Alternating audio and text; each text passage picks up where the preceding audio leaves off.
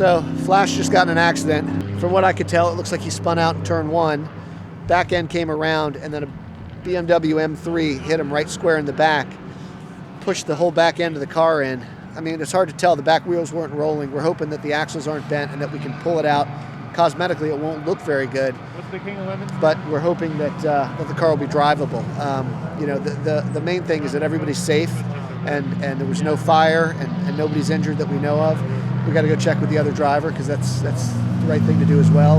As soon as Flash gets back here on the flatbed, we'll make sure he's okay, assess the car, and if we can make it work and get back out there today, that's what we'll do. I mean, it's unfortunate, but you can't expect to go to the racetrack and, you know, racing cars at 100 miles an hour, you know, within inches of each other, and for things not to happen.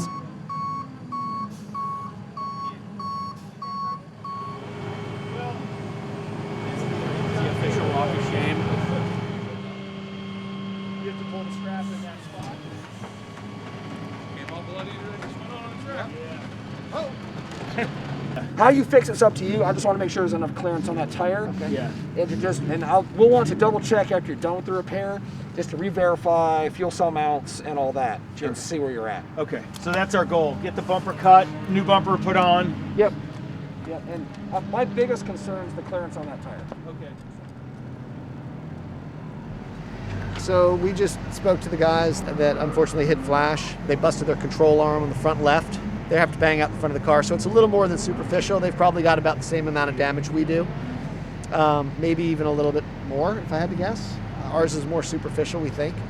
But you know, obviously it was the right thing to do, was to go talk to them and apologize. Because had we not gone over there, we would have forever been those guys to them, and they would have hated us forever and told all their friends.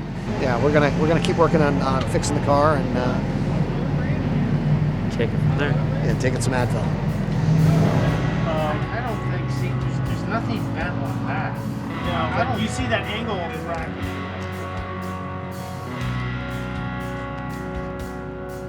Is it in the right spot? What's the punch here? Yeah, it's working. Holy shit. Heavy thing, unbent thing, make bent thing, straight thing again. It's called logic. Caveman logic.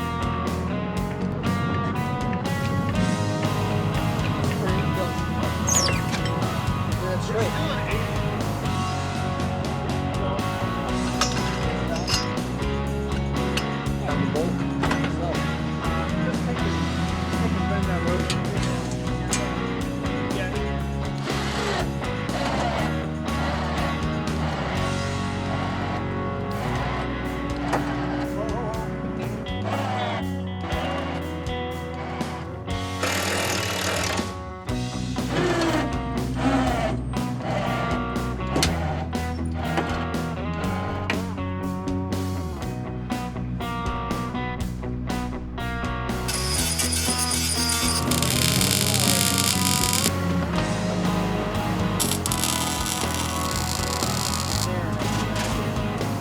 Once you've got the hatch held, you guys are good to go. Thank you. All right, cool. I don't need to inspect again. Just make sure the hatch doesn't come up when you drive. Woo! We're back. All right. Flash, you get your shoot on.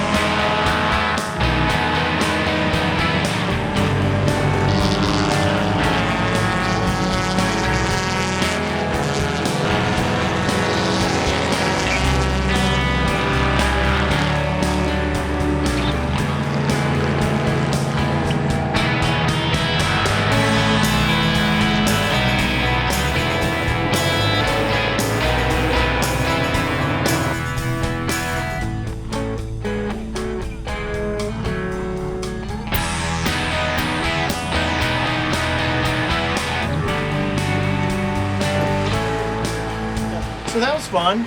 A little nerve-wracking at first.